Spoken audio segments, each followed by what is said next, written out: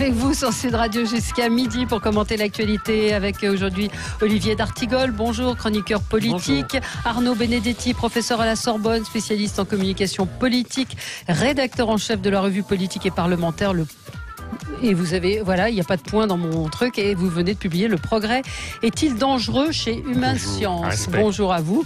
Jean-Luc Touly, président du FRIC, le Front républicain d'intervention contre la corruption, et Fergan Aziari, délégué général de l'École de la Liberté, chargé d'études à l'IREF, l'Institut de recherche économique et fiscale. Bonjour à vous. Étudiant au bord de la crise de nerfs, c'est peu de le dire. Hier, vous avez certainement vu cette intervention, cette irruption dans une université où François Hollande s'exprimait. Des livres ont été jetés, déchirés. Dans le même temps, les étudiants se mobilisent pour dénoncer des conditions de précarité insupportables. On va parler du film de Roman Polanski qui sort aujourd'hui. Faut-il aller le voir? Peut-on différencier l'homme de l'œuvre? Et puis Marine Le Pen qui bat des records de popularité dans notre baromètre IFOP Sud Radio Fiducial. C'est à suivre. On va commencer avec vos coups de cœur, vos coups de gueule. Peut-être quand même parler, pour commencer, de Raymond Poulidor. On a appris sa mort à l'âge de 83 ans. On l'a appris il y a un peu plus d'une heure. Qu'est-ce qu'il évoque pour vous? Moi j'ai toute la collection des miroirs du cyclisme donc des années 60-70. Et effectivement, il n'a jamais été maillot jaune, mais il est omniprésent. Et je voudrais rappeler quand même qu'il avait gagné beaucoup de courses en dehors. Il n'a pas gagné le Tour de France, notamment le Tour d'Espagne. Il a, et évidemment, son histoire, son nom est associé à la rivalité avec Jacques Anquetil. Mais il a eu les années Anquetil, après les années Merckx. Et toutes celles et ceux qui aiment le Tour de France se souviennent de Poupou dans les villages arrivés ou au départ du Tour.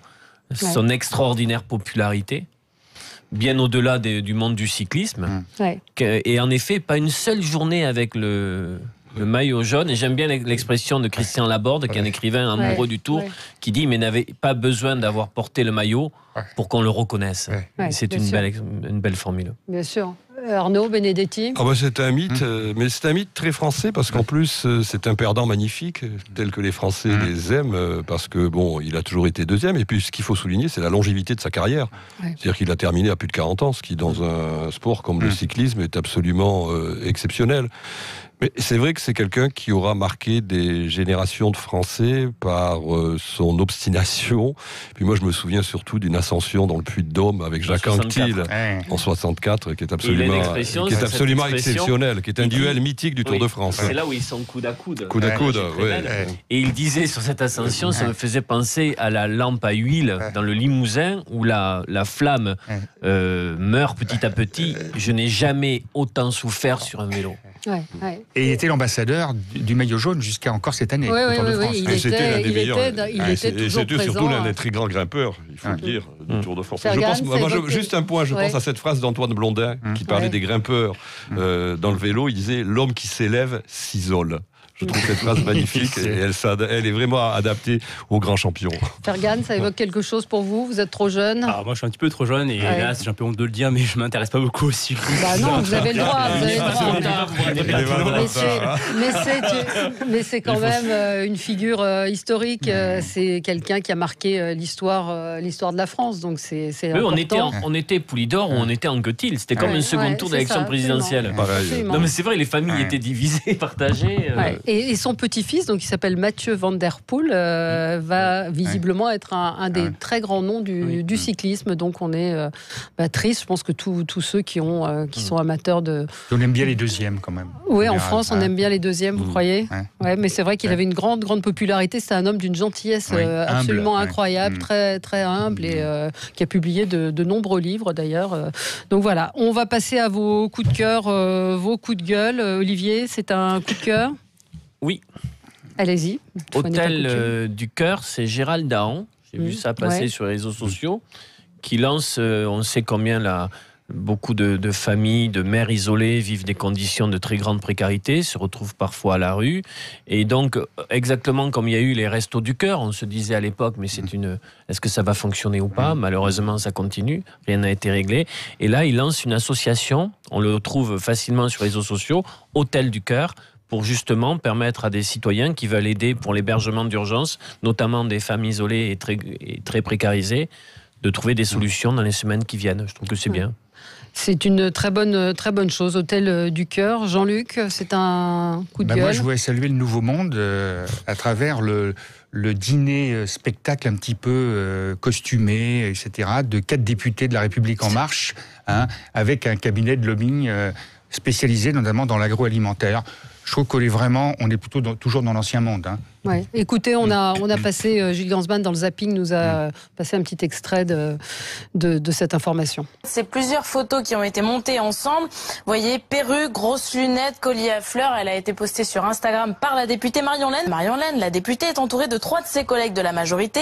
Ensemble, ils étaient invités à fêter les 25 ans d'un cabinet de lobbying appelé Comme Public. Et retrouver le monde politique, à côté du monde lobbyiste le temps d'une soirée, ça fait grincer évidemment quelques dents.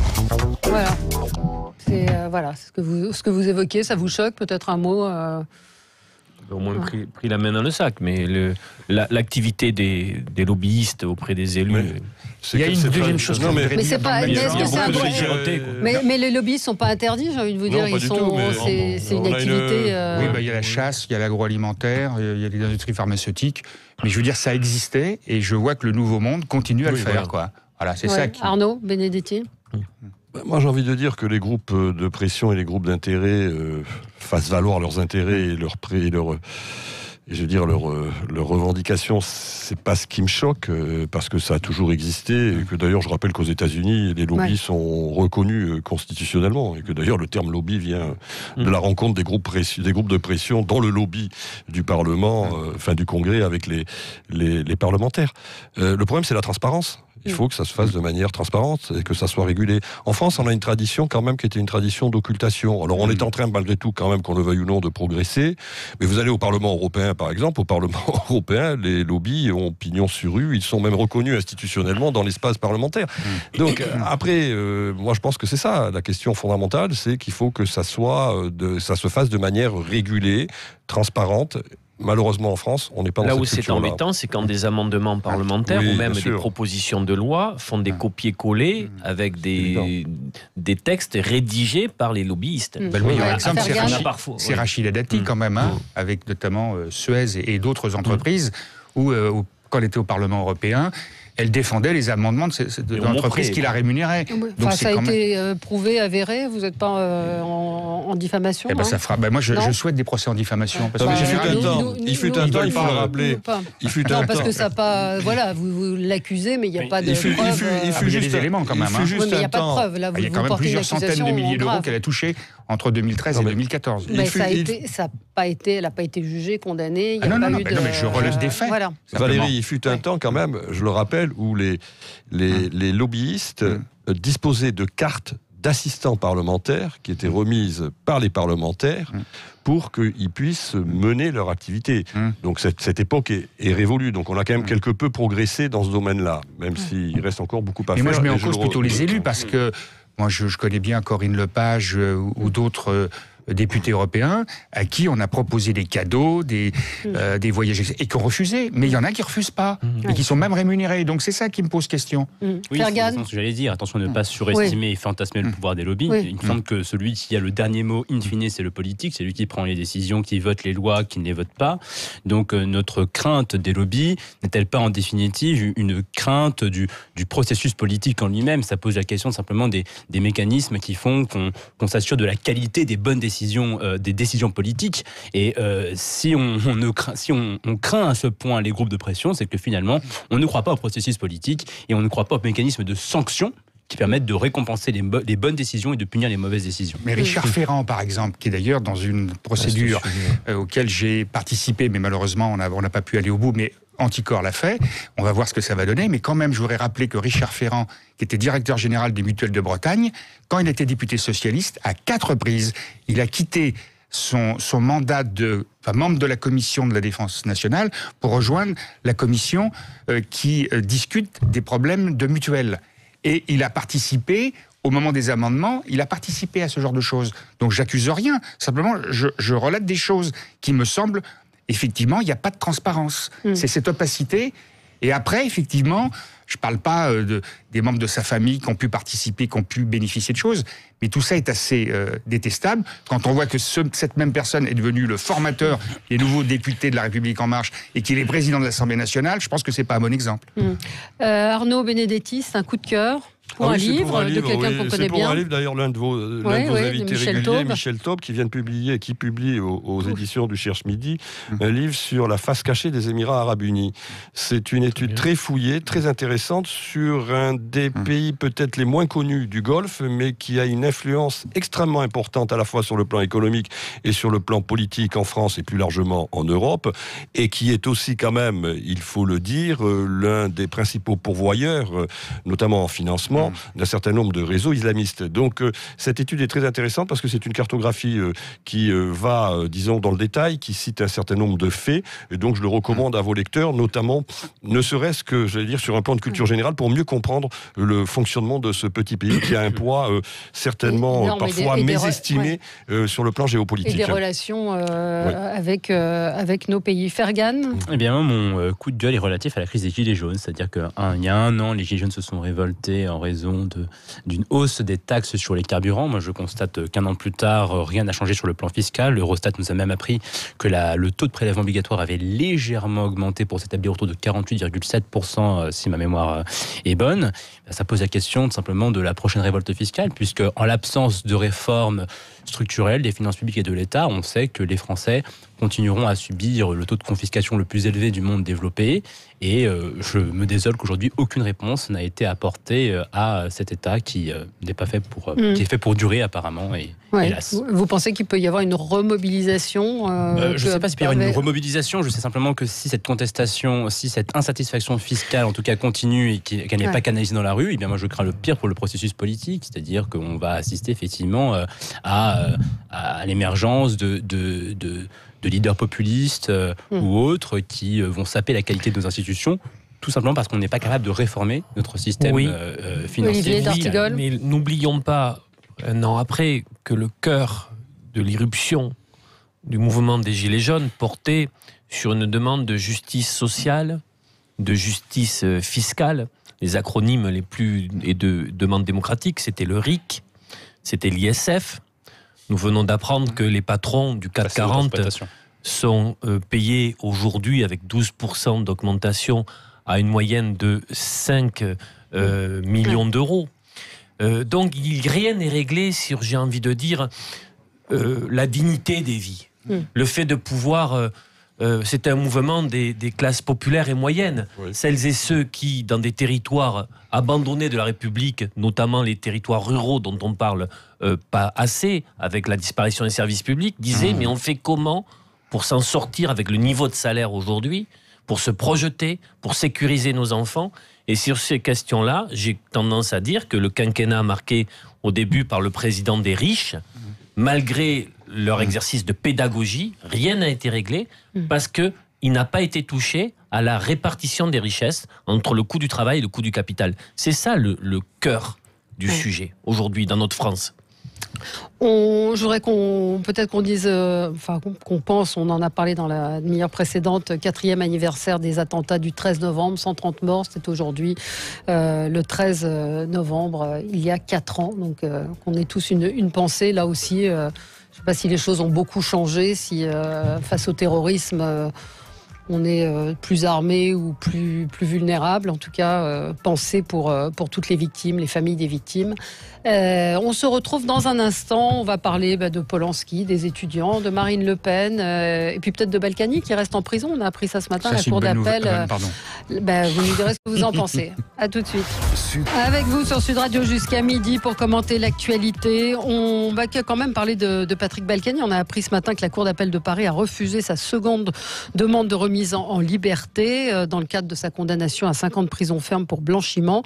La cour d'appel pourtant avait validé le 28 octobre dernier sa première demande de remise en liberté. Il y avait eu 2 demandes de remise en liberté. La deuxième était conditionnée à une caution de 500 000 euros. Il n'a pas réussi à rassembler, malgré une cagnotte qui avait été lancée, Pardon ? Et je crois qu'ils ont obtenu 50 000 mais, sur 500 000. Donc il va rester en prison. Vous en pensez quoi ? Vous avez eu un cri moi, du cœur je pense à sa femme qui est très gravement malade, mais qui ne peut pas trop faire grand-chose.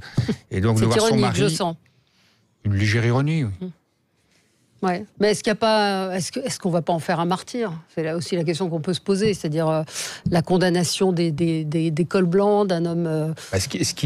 moi, je ne me félicite pas que quelqu'un aille en prison en tant que tel, hein, mais de le voir éventuellement être de nouveau candidat au municipal, alors là, au niveau de la...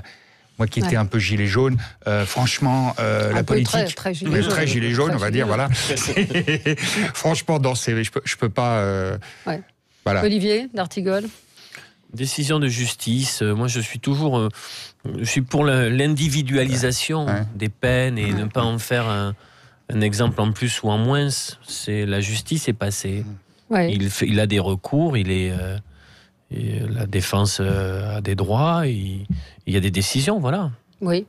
Mais oui, mais qu'est-ce qu'on peut dire de plus ? Non, parce que sinon, il n'y aura pas une souscription à la fête de l'UMA pour Balkany, c'est sûr, ni les banderoles ne seront pas sur sa libération, et ça c'est sûr.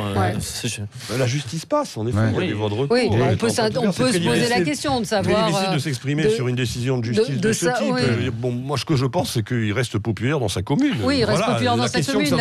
La question que ça pose, finalement, c'est comment un élu qui est en délicatesse avec la justice, et il n'est pas le seul, reste profondément populaire dans sa commune. Donc il ne constitue pas malheureusement un cas d'école, pour le coup.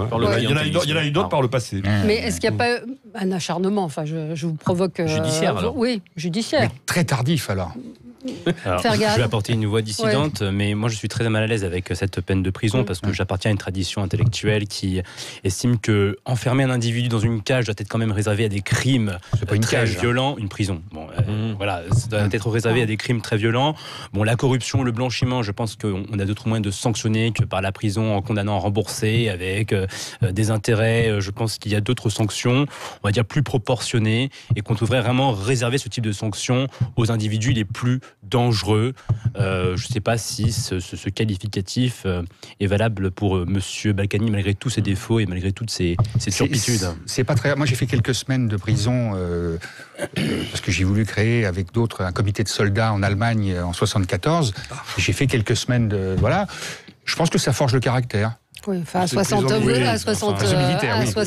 ans, vous pensez qu'il y a un caractère à forger. En tout cas, je voulais faire du syndicalisme dans l'armée, mais ça, c'était pas possible. La défense de Patrick Balkany va déposer une nouvelle demande de mise en liberté, annonce son avocat. Donc il y a des recours.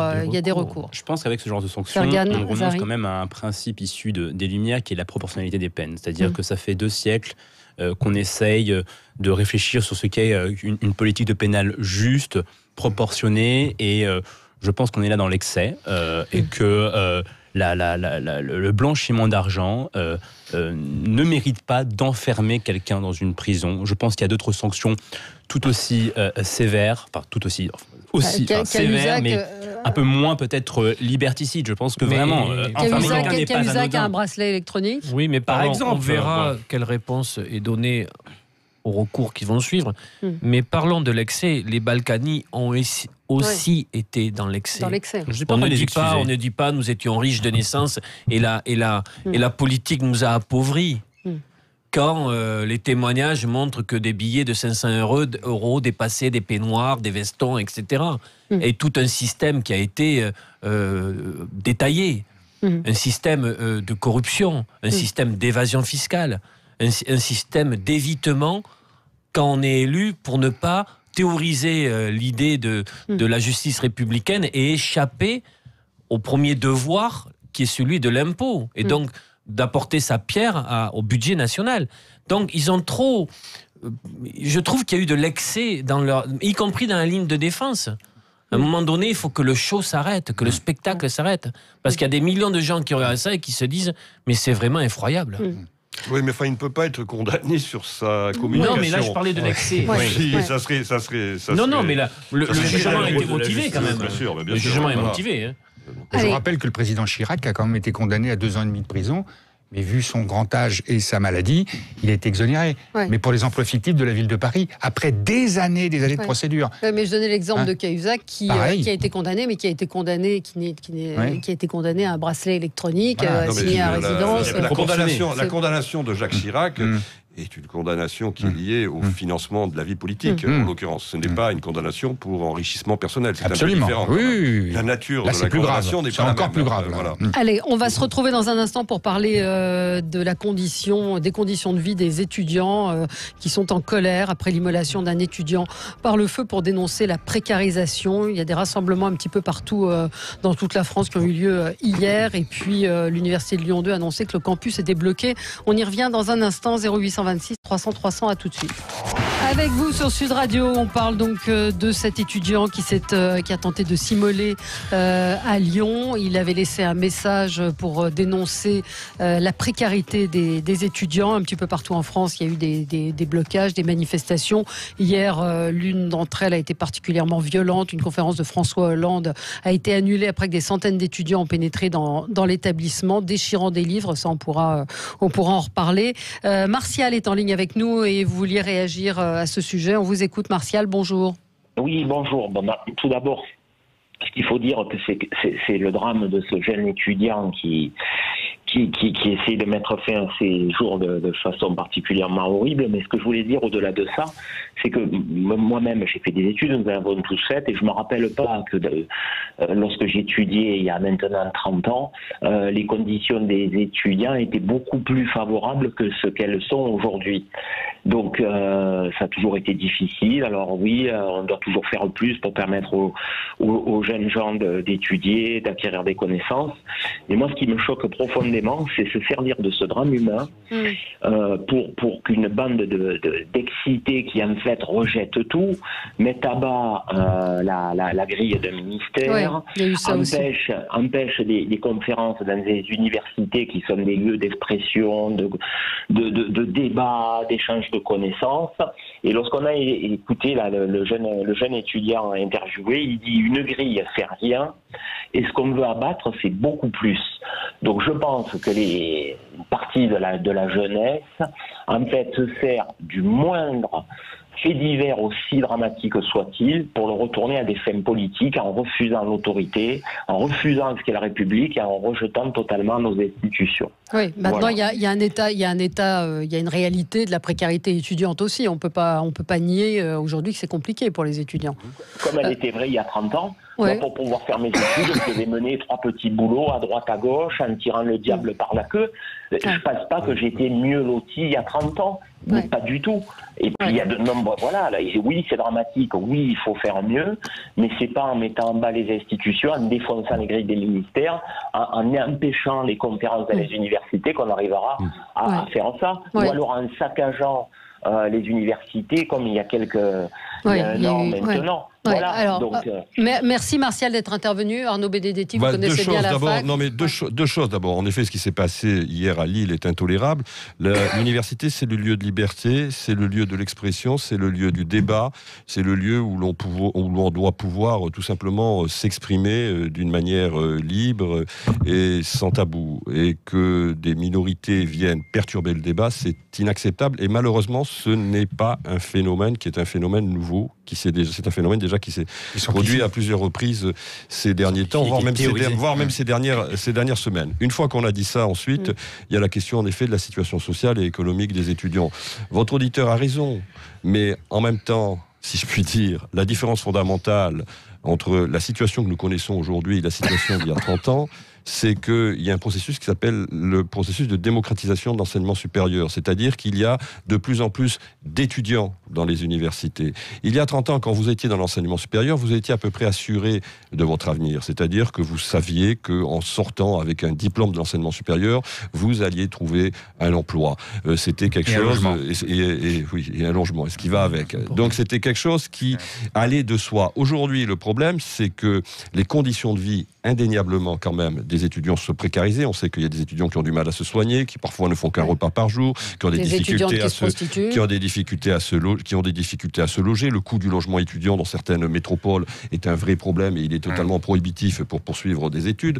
Et en plus, se rajoute à cette précarisation le phénomène qui est que vous avez un avenir dont vous n'êtes pas sûr. C'est-à-dire que vous vous retrouvez dans une situation qui est très connue, qui a d'ailleurs été largement étudiée en sociologie, qui s'appelle l'anomie. Vous savez, l'anomie, c'est quand vous n'avez plus de repères. Et d'ailleurs, Émile Durkheim, qui est un des pères de la sociologie française, avait écrit un livre sur le suicide. Et il parlait du suicide anomique. Et là, en l'occurrence, ce à quoi nous sommes confrontés à travers le cas de ce jeune étudiant, c'est exactement ce type de situation. C'est un suicide anomique. C'est un jeune qui, aujourd'hui, a perdu ses repères. Donc la réalité quand même sociale, la difficulté sociale des étudiants est quelque chose qu'il ne faut pas nier. Je rajouterai un dernier point. Dans le contexte actuel, le contexte social extrêmement tendu que nous connaissons, la situation dans les universités est à observer de près, de très près, parce que nous sommes là face à un cas de figure qui est potentiellement, si je puis dire, pardonnez-moi, c'est très mauvais jeu de mots, en l'occurrence, compte tenu des circonstances, tout à fait inflammable. Donc j'imagine que le gouvernement doit y veiller. Oui, et que vraisemblablement, il y a aussi des syndicats qui attisent les brèves. Oui, alors ça, c'est autre chose, parce que c'est vrai que le problème de la représentativité des syndicats étudiants est un vrai problème. Aujourd'hui, d'abord, les étudiants ne votent pas ne votent très très peu aux élections, comme les parents d'élèves, aux élections universitaires, et qu'un certain nombre de syndicats étudiants, en effet, parfois très minoritaires, s'arrogent le droit de, disons, dire ce qui doit être dit ou ne doit pas être dit à l'université. Ça a toujours existé. Ça a toujours existé, ça a toujours existé, mais ça s'est radicalisé ces dernières années quand même. Fergan, alors, je dois juste rebondir sur ce que vous venez de dire. Attention non plus à ne pas se tromper de diagnostic. Moi, je ne suis pas convaincu que le problème principal soit la cherté ou le coût de la vie. Ou la précarisation. Non, il y a une précarisation. Mais je ne pense pas que ce soit une question de coût de la vie étudiante. Je prends juste un exemple qui me vient à l'esprit, c'est le cas des écoles de commerce, par exemple. Vous avez des étudiants qui sont enjoints à payer une fortune pour s'inscrire dans des écoles de commerce. Simplement, mais c'est pas là qu'il y a le problème. Simplement, ils sont assurés, enfin, ils contractent un prêt, et ils sont assurés d'un bon emploi sur le marché, qui fait qu'ils arrivent à rembourser leur prêt. Donc finalement, c'est les perspectives d'avenir qu'offrent ces universités, ces écoles, qui est le principal problème. Aujourd'hui, on l'a dit, quand vous êtes un étudiant issu d'une faculté française, le marché de l'emploi ne vous fait pas de cadeau. C'est qu'il y a un souci avec la connexion du monde de l'université avec le marché de l'emploi. Si on avait une université beaucoup plus professionnalisante, je pense que cette précarité serait beaucoup plus facile à juguler, dans la mesure où les étudiants seraient assurés d'un avenir confortable et qui pourraient se permettre effectivement de contracter des prêts pour vivre confortablement durant leurs études. Aujourd'hui, c'est pas le cas. Ouais, j'ai toujours pensé que c'était véritablement une bombe à retardement. Parce que la situation faite aux étudiants n'est pas acceptable dans un pays développé comme le nôtre. Pourquoi ? Parce qu'il faudrait un plan massif depuis des années, ça n'est pas que depuis l'arrivée d'Emmanuel Macron aux affaires. Il faudrait un plan massif d'investissement pour le logement étudiant. Il n'est pas possible que le secteur privé, dans un très grand nombre de territoires, ou même des marchands de sommeil, agissent comme ils agissent. Il faudrait aussi revoir les bourses, le périmètre d'attribution, le montant de ces bourses-là, parce que nous sommes confrontés à un sujet, on dit la précarisation, une part du monde étudiant aujourd'hui est frappée par la pauvreté, avec le renoncement aux soins, avec le fait de sauter les repas, avec le fait de se dire, j'ai lu un article très, très émouvant hier, d'une étudiante qui disait, mon problème, c'est pas tant de bosser les cours, c'est de survivre. Donc, il y a là un sujet qui n'est pas acceptable de mettre une partie de la jeune génération dans cette situation, et la double peine étant que la sécurisation de leur parcours professionnel n'est absolument pas proposée, puisque... C'est là le point clé, en fait, c'est le tout problème. Puisqu'il y a à peu près un sas de précarité, de contrat court, qui peut durer une année avant d'obtenir le Graal d'un CDI ou d'une situation un peu stabilisée. C'est donc une situation infernale et c'est normal. C'est pas une question de financement, c'est une question de programme. Moi, je pense que c'est une question de politique publique quand on parle de l'enseignement supérieur. Dernier point, il y a aujourd'hui cette colère-là, cette boule au ventre. Elle est en train, par-delà des types d'actions que moi je ne partage pas, de s'exprimer très fortement dans des campus aujourd'hui devant les crous. Oui, c'est ce qui est en train de se passer. C'est ce qui est en train de se passer. Je vous donne la parole, on a Claude qui nous appelle de Mirepoix. Bonjour Claude. Oui, bonjour. Je suis content, Valérie, je viens d'entendre à la fin un des points que je voulais aborder, c'est-à-dire le fait que effectivement aujourd'hui, quand on est étudiant, on n'est pas sûr à la sortie, en ayant réussi son diplôme, de trouver du boulot et donc du même coup de pouvoir rembourser. Ouais. Mais ce que je voudrais dire quand même là-dessus, c'est que c'est aussi la contrepartie du fait qu'on veut que l'université soit open, c'est-à-dire que chacun y va et étudie ce qu'il a envie. Alors je veux dire, moi je vois, quand je vois tous les psychologues qu'on voit sur les plateaux, dès qu'on parle d'un sujet même technique, on voit arriver quelqu'un dont la formation c'est psychologue. Alors je veux dire, par exemple, c'est l'exemple. Je me souviens avoir des demandes de jeunes qui me demandaient si j'avais un moyen de les aider parce qu'ils avaient fait des études de géographie et que, bah oui, mais il n'y avait pas de place pour des profs de géographie. Donc le problème c'est aussi aujourd'hui le débouché de ces études. Oui, mais on s'aperçoit aujourd'hui, justement en ce moment avec le débat sur le nucléaire après le tremblement de terre, on s'aperçoit qu'on n'a pas assez d'ingénieurs, par exemple. Vous voyez, donc on se désindustrialise et on laisse des jeunes s'orienter vers des filières. Il n'y a pas de demande ensuite. C'est ça qui est tragique. Ça c'est un point important. Le deuxième point aussi que je voulais souligner, c'est que quand l'université est gratuite ou quasiment comme chez nous, parce que quand on compare aux autres pays où elle est payante, on voit la différence. Puis vous avez parlé tout à l'heure des écoles de commerce. Bah, quand c'est gratuit, on a l'impression que ça coûte rien. Et comme ça coûte rien, bah, pour dégrader, on dégrade davantage. Puis dernier point, il faudra aussi qu'on sèche chez nous de considérer que l'extrême gauche, y compris dans les mouvements étudiants, c'est le camp du bien et que seul le camp du droit de l'extrême droite est dangereux. Moi, je trouve que l'extrême gauche et l'extrême droite sont aussi dangereux les uns que les autres et que là-dessus, il faudra avoir un jour un peu plus de courage. Voilà. Merci Claude. Je pense qu'il y a beaucoup de choses intéressantes dans ce que vous venez de dire. C'est vrai que tout ce qui est sciences sociales... Oui, alors ça, c'est un discours qu'on tenait déjà il y a 20 ans ou il y a 30 ans. C'est pas nouveau. Le problème, c'est qu'en effet, la question s'est aggravée. La question s'est un peu aggravée. Je rejoins ce que vous disiez, c'est-à-dire qu'il y a des filières professionnalisantes qui peuvent être utiles et qui constituent des débouchés et des secteurs d'avenir pour les étudiants. Mais vous savez, par exemple, votre auditeur parle des ingénieurs. Mais il y a une crise des vocations scientifiques aujourd'hui. Vous savez très bien que les organismes de recherche, dans quelques années, compte tenu de la pyramide des âges, vont avoir du mal à recruter. Donc il faut se poser des questions sur un certain nombre de secteurs qui sont des secteurs à haute valeur ajoutée intellectuelle. Nous allons avoir des crises de vocation. Mais ça veut dire quoi? Parce que tout simplement, aujourd'hui, être chercheur, c'est de très longues études pendant de très nombreuses années et que c'est très mal payé. Le salaire d'un directeur de recherche au CNRS en fin de carrière, c'est un salaire qui est tout juste respectable pour quelqu'un qui a conduit une carrière de ce type. Donc il faut savoir aussi quand même ce que l'on veut à un moment donné. Il va falloir valoriser un certain nombre de filières, notamment, je veux dire encore une fois, à haute valeur ajoutée sur le plan intellectuel, ce qu'on ne fait pas. Et comme vous le dites, forcément, dans ce domaine que je connais bien, le domaine de la recherche, vous avez des chercheurs qui préfèrent aller dans les universités américaines parce qu'ils trouvent tout simplement des conditions d'existence qui sont largement au-dessus de celles que leur offrent les établissements français. Mais est-ce que, Jean-Luc, moi, j'ai des enfants qui sont en informatique. Il y a des écoles. Donc, c'est pour ça que il y a les facultés d'un côté et puis un certain nombre d'écoles et d'écoles privées où les droits d'entrée ne sont pas encore aussi importants qu'aux États-Unis. C'est 200 000 € à peu près aux États-Unis, voire plus. Chez nous, c'est peut-être 10 000 € par an. Bon, déjà, tout le monde ne peut pas se le payer. Mais aussi, c'est à la fin de ses études, dans certaines écoles privées et dans certaines filières, vous avez quasiment un emploi assuré. Mais oui. Alors que dans d'autres, pas. Et je voudrais revenir sur ce que disait Arnaud précédemment, c'est que la liberté de penser peut s'exprimer librement dans l'université. Quand vous voyez ce qui s'est passé avec Sophie Agacinski... Sylvie Agacinski.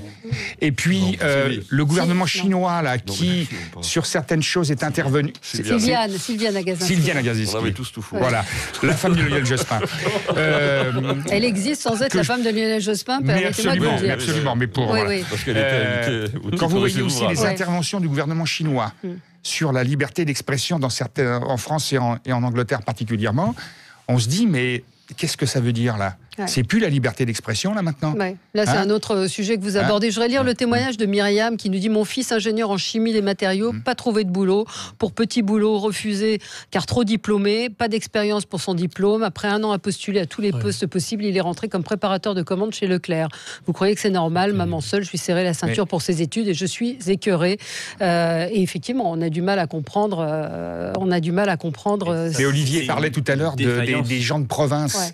Quelqu'un qui a d'une famille modeste, mais pas forcément très malheureuse, modeste, qui veut venir continuer ses études à Paris, en région parisienne, qu'on voyait le loyer d'un studio à proximité, je ne dis pas dans Paris, c'est tout de suite 800, 900, 1000, 1100 euros.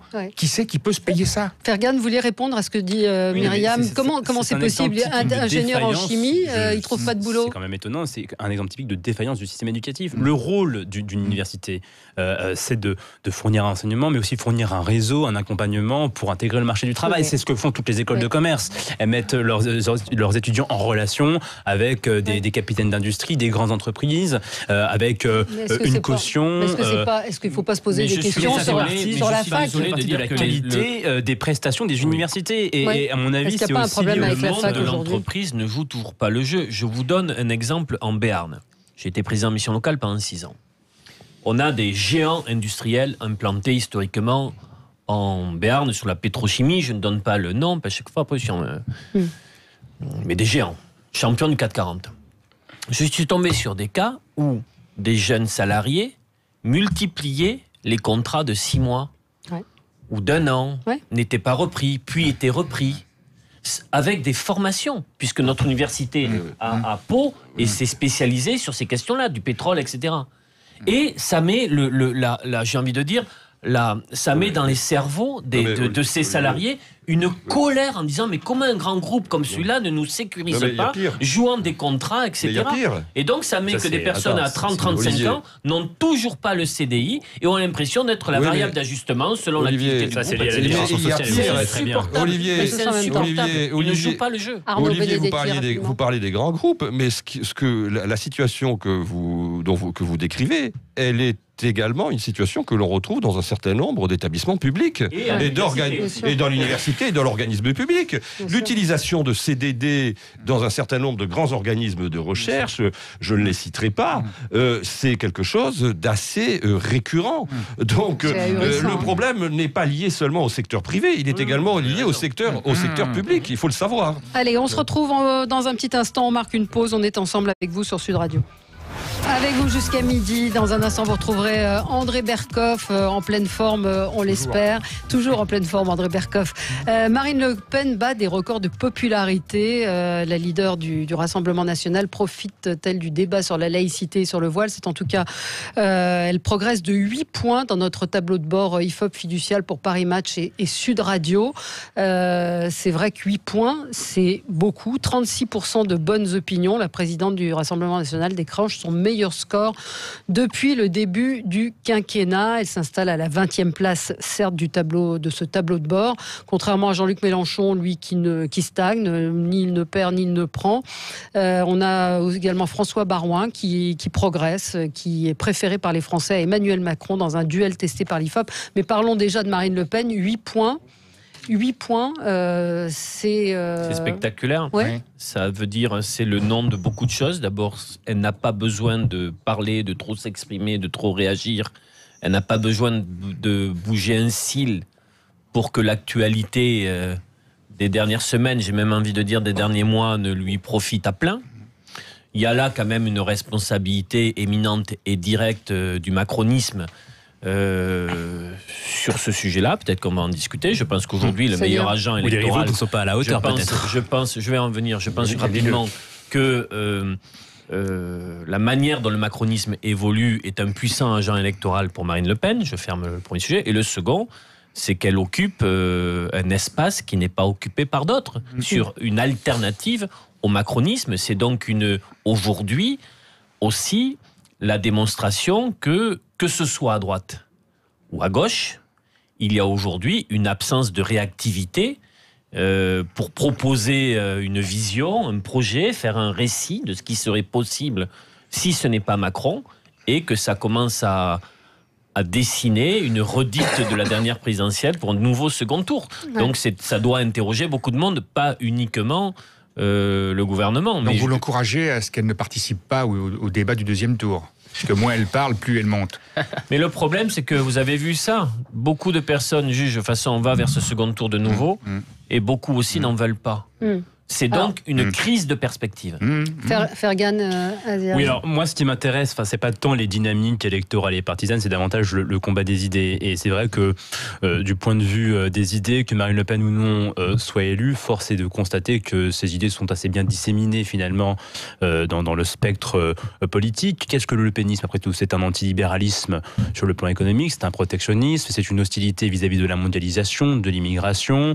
Ces idées-là, je crains malheureusement de devoir dire qu'elle n'a pas le monopole en fait de cette hostilité vis-à-vis de la mondialisation, d'économie de marché de manière générale. Sur le plan institutionnel, Marine Le Pen, c'est un discours autoritaire, c'est un discours sécuritaire, mais là encore, ce sont des discours qui sont très présents. Donc plutôt que de s'intéresser à la personnalité de Marine Le Pen, moi je pense qu'il faudrait s'intéresser aux idées qu'elle développe. Et vous disiez tout à l'heure qu'elle occupe un espace qui n'est pas occupé, enfin pardonnez-moi, mais la rhétorique anti-mondialisation, anti-libre-échange, protectionniste, c'est une rhétorique qui est omniprésente dans le débat public. Vous croyez vraiment que c'est ça qui l'a fait grimper? Vous tombez dans le piège du Front National ou de RN sur son discours dominant, parce que Marine Le Pen n'a jamais, au cours de son cursus politique, travaillé à tout ce que vous dites là. Elle a été la partisane, elle peut avoir un discours, mais dans les faits, sur ses votes, c'est normal. Mais dans les faits, mais sur ses votes à l'Assemblée nationale ou sur les mesures prises par des élus FN lorsqu'ils sont aux manettes, ce n'est absolument pas ce que vous dites là. Dans le programme, dans son programme, si. Oui, je parle grâce après notamment à M. Philippot, que je connais bien par ailleurs. Oui, mais je dis simplement qu'il y a le discours et qu'il y a aussi ce que reste le Front National. Oui, mais tant qu'ils ne sont pas au pouvoir, c'est ça le problème. Et donc je pense que le travail de déconstruction de ce qu'ils disent est toujours très important.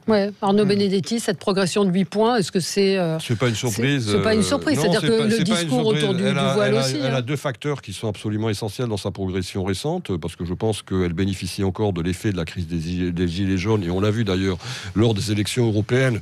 Les territoires qui ont le plus voté pour Marine Le Pen sont les territoires où les Gilets jaunes se sont le plus mobilisés, notamment cette fameuse diagonale du vide dont on parle tant, où là les scores du Rassemblement national étaient importants. Ensuite, il y a le débat sur la question, entre autres, de la laïcité, voire de la question de l'immigration, qui est porté d'ailleurs par d'autres très souvent que des membres du Rassemblement national, vient renforcer, disons, la visibilité des enjeux qu'elle veut porter. Donc elle a, et en plus, elle a en effet en face d'elle un pouvoir qui est ambigu sur ces questions. Donc, elle a en effet actuellement une fenêtre d'opportunité, qui est une fenêtre d'opportunité qui ne peut, in fine, que la faire croître dans les études d'opinion. À ceci, en plus, qu'il faut rajouter que finalement, elle a une dynamique sociale qui est très favorable, parce que c'est la seule aujourd'hui à parler aux classes populaires. En tout cas, c'est la seule audible pour les classes populaires.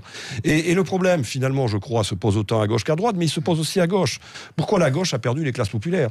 C'est la question que devraient se poser aujourd'hui les leaders politiques de gauche. Ils ont perdu les classes populaires parce que tout simplement, il y a une partie de la social-démocratie qui a adopté un discours qui est un discours globalement à dominante libérale. 83. Et il y a une partie de la gauche qui est sociale, mais qui n'a pas voulu traiter, et c'est ce qui explique d'ailleurs très bien Jérôme Sainte-Marie dans son dernier ouvrage, Bloc contre bloc, sur la dynamique du macronisme, qui n'a pas voulu traiter la question nationale.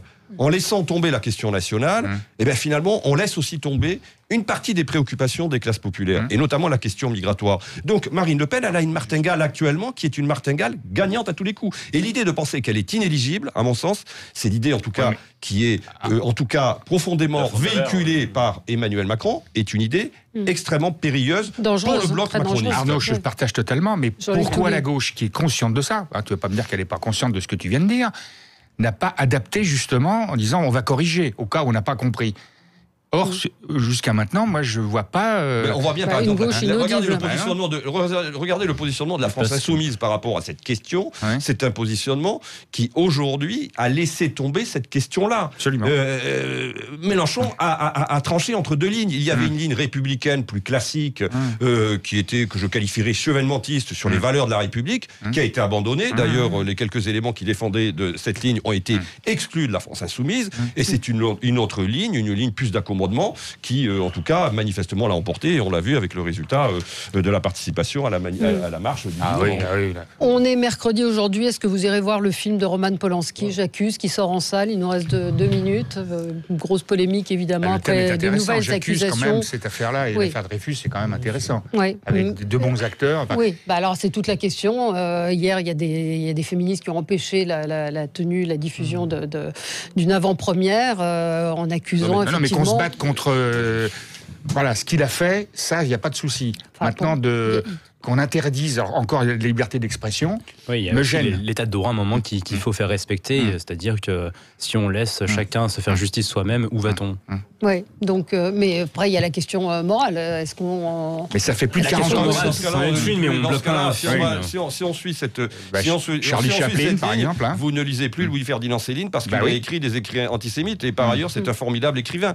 Donc moi, je suis plutôt pour le principe de la dissociation de l'œuvre de l'auteur, même si bien évidemment les agissements de Roman Polanski sont inadmissibles. Mais ça fait 40 ans, c'est comme, sans faire de jeu, c'est un peu comme les époux Balkany. Je pense que ce qu'il faut réaffirmer, c'est que chacun est libre d'aller voir ce film ou pas. Ce film, bien sûr, doit être diffusé, comme toute œuvre, et on doit faire la part des choses, et on peut aussi on peut ne pas avoir envie d'y aller. C'est ce que je ressens aujourd'hui. On peut aussi ne pas avoir envie d'y aller dans ce contexte-là. Mais on peut y aller tout en manifestant son désaccord avec l'attitude du personnage. C'est compliqué. Hein. En tout cas, Nadine Trintignant... Alors que le sujet... on est plutôt pour. J'ai pas envie d'y aller. Nadine Trintignant lui a apporté son soutien, en tout cas en disant que c'est un immense réalisateur. Donc... Voilà, là elle dit ceci, drôle d'époque comme vous dites. Ce sera le mot de la fin. Merci à tous les 4. Dans un instant, vous allez retrouver André Berkoff. À demain, très bonne journée sur Sud Radio.